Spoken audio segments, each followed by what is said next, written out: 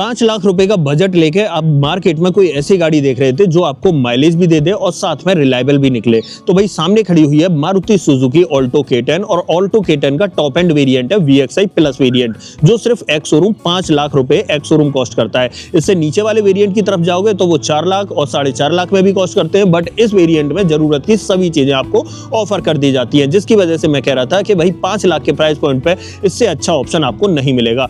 अगर देखा जाए इस गाड़ी को तो भाई ये पहले से बहुत पहले से चली जा रही है और मारुति की एंट्री लेवल कार है, और इस कार के अंदर मैं जानता हूं, मुझे पता है, और जो लोग चला रहे हैं वो इससे हमेशा खुश रहे हैं, कभी किसी ने कमी नहीं निकाली है। ठीक है, तो आज की इस वीडियो में मैं बस यही दिखाने वाला हूं कि 2026 आ गया, क्या 2026 में इस गाड़ी को लेना वर्थ इट है या नहीं, सब कुछ डिटेल में दिखाऊंगा, बड़ी बारीकी से हर चीज को हाथ लगा के बताऊंगा, समझाऊंगा। बट उससे पहले रिक्वेस्ट है, चैनल पर पहली बार आए हो तो चैनल को सब्सक्राइब कर लेना, और अगर वीडियो पसंद आए तो वीडियो को लाइक कर देना। तो चलिए बिना देरी करे वीडियो करते हैं शुरू, और शुरुआत करते हैं दोस्तों इसकी चाबी के साथ।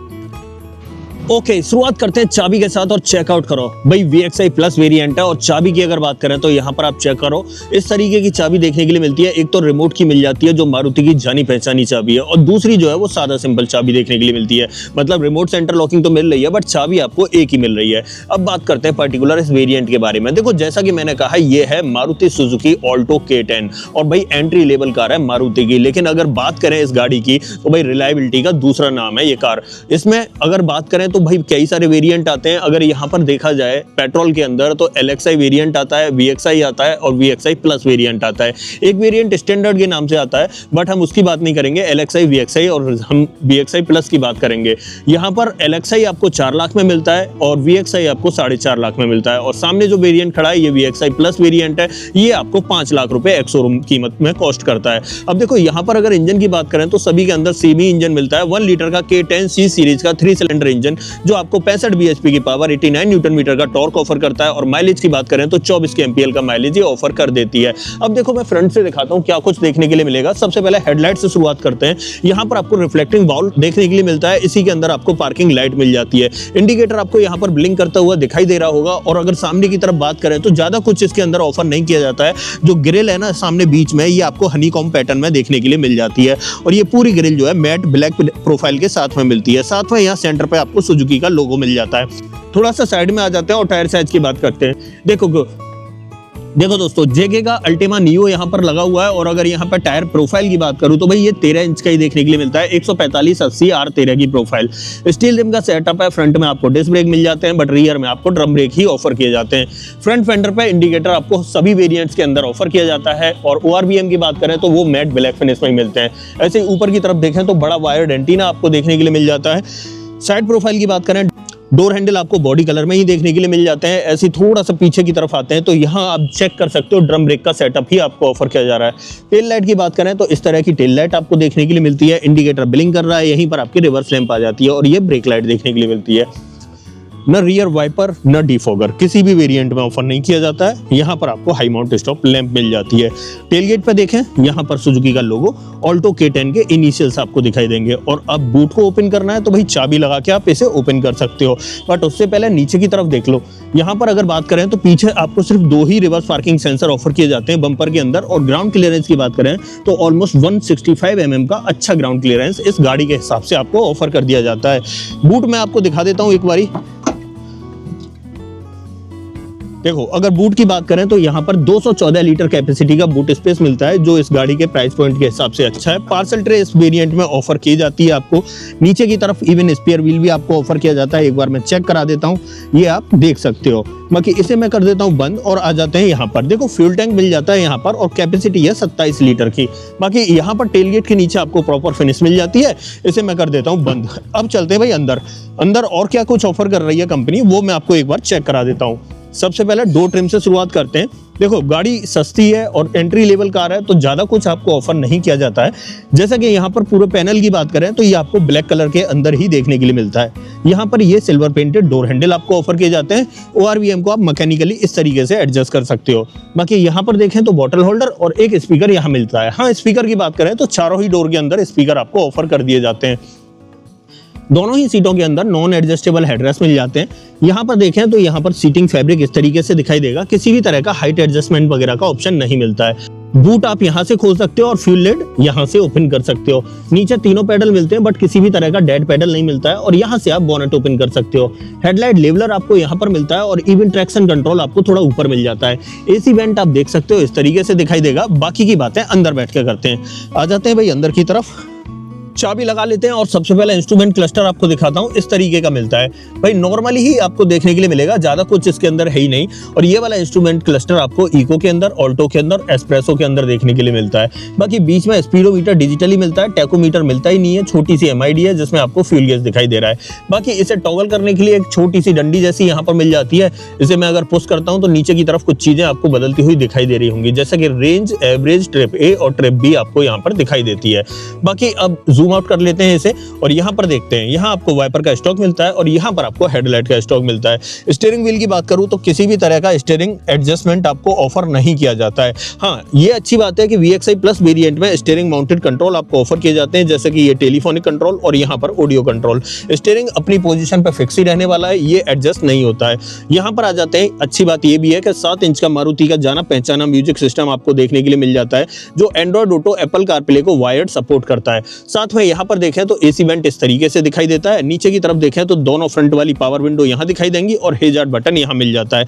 और नीचे की तरफ आते हैं तो यहाँ पर मैनुअली ऑपरेटेड AC कंट्रोल्स दिखाई देते हैं। और थोड़ा सा नीचे की तरफ देखें तो इस वेरिएंट में आपको एक टाइप A पोर्ट ऑक्स के लिए मिल जाता है और यहाँ पर आपको एक 12V का पोर्ट ऑफर किया जाता है। बाकी एक स्पेस यहाँ पर मिल जाता है, 2 छोटे छोटे कप होल्डर दिखाई देते हैं, 5 speed manual transmission, manually operated parking brake मिल जाता है। डोर पर ट्रिम्स की बात करें तो इस तरीके के ट्रिम्स आपको डोर पर ऑफर किए जाते हैं। ऐसे ग्लो बॉक्स दिखाऊं तो यहाँ पर आपको ग्लो बॉक्स आपको इस तरीके से मिल जाता है। इसे कर देता हूं मैं बंद। उसके बाद देखो यहाँ पर एयरबैग की बैजिंग आपको दिखाई देगी, मतलब ये 2025 में जो अपडेट होके आया था वेरिएंट वो है। अब बेस वेरिएंट से आपको 6 एयरबैग ABS EBD ऑफर कर दिए जाते हैं। अब देखो थोड़ा ऊपर की तरफ देखें तो यहाँ पर आपको ये ग्रैब हैंडल दिखाई देगा जो अपनी जगह पे फिक्स रहता है। सनसेट मिल जाता है बट वैनिटी मिरर नहीं मिलता है। यहाँ पर आपको ये लाइट मिल जाती है हेलोजन वाली, यहीं पर आपको माइक मिल जाता है। साथ में यहाँ पर सादा सिंपल IRVM मिलता है और ड्राइवर साइड पे सादा सिंपल सनसेट मिलता है। ये इसका फ्रंट ड्राइवर कैबिन का सेटअप है। जरूरत थी इस प्राइस पॉइंट के हिसाब से जो भी चीजें दी जा सकती हैं वो आपको यहाँ पर मारुति ऑफर कर रही है। साथ में यहाँ पर सबसे बड़ी चीज है मारुति की रिलायबिलिटी, वो आपको देखने के लिए मिलती ही मिलती है। इसकी सेकंड रो में चलते हैं बट उससे पहले मैं आपको बता देता हूँ ड्राइविंग सीट को मैं 6 फीट हाइट के अकॉर्डिंग एडजस्ट कर रहा हूँ और उसके बाद पीछे दिखाऊंगा कितना स्पेस आपको देखने के लिए मिलने वाला है। आ जाते हैं भाई पीछे की तरफ।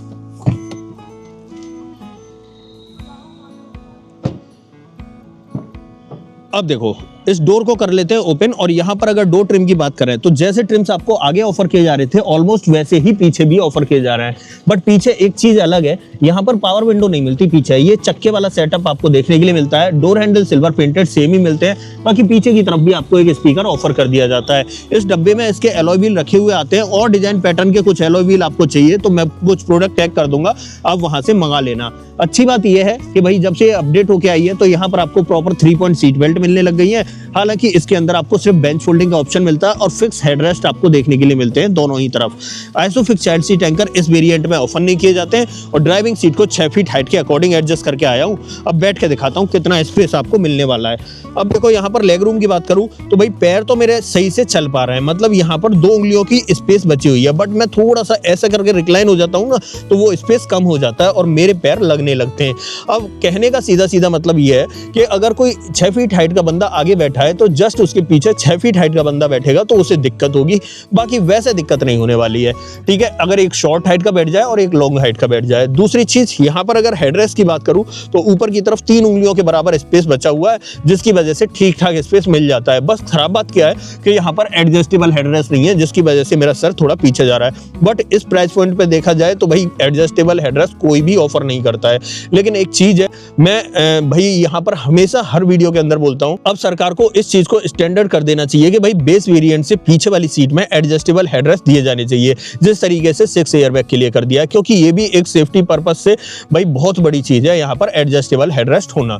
अब देखते हैं बाकी यहाँ पर आपको एक ग्रैब हैंडल मिल जाता है और दूसरा ग्रैब हैंडल आपको इस तरफ ऑफर किया ही जाता है, तो दोनों ही तरफ आपको ग्रैब हैंडल मिल जाते हैं। बाकी पीछे कुछ भी नहीं मिलता है, एक बस छोटा सा यहाँ पर बॉटल होल्डर दिखाई देगा जो आप यहाँ पर चेकआउट कर सकते हो। पीछे से डैशबोर्ड की बात करें तो इस तरीके का डैशबोर्ड आपको दिखाई देने वाला है। अपने प्राइस पॉइंट के हिसाब से ठीक है, जस्टिफाई करता है। अब यहाँ से निकलते हैं बाहर और इस गाड़ी का बोनेट ओपन करते हैं। बोनेट के नीचे इंजन का प्लेसमेंट कैसा है वो मैं आपको एक बारी चेक करा देता हूँ। आ जाते हैं यहाँ पर, और बोनेट कहाँ से ओपन करना है। बोनेट ओपन करने के लिए आपको यहाँ पर एक लीवर मिलता है और इस लीवर को खींच के आपका बोनेट जो है वो ओपन हो जाएगा।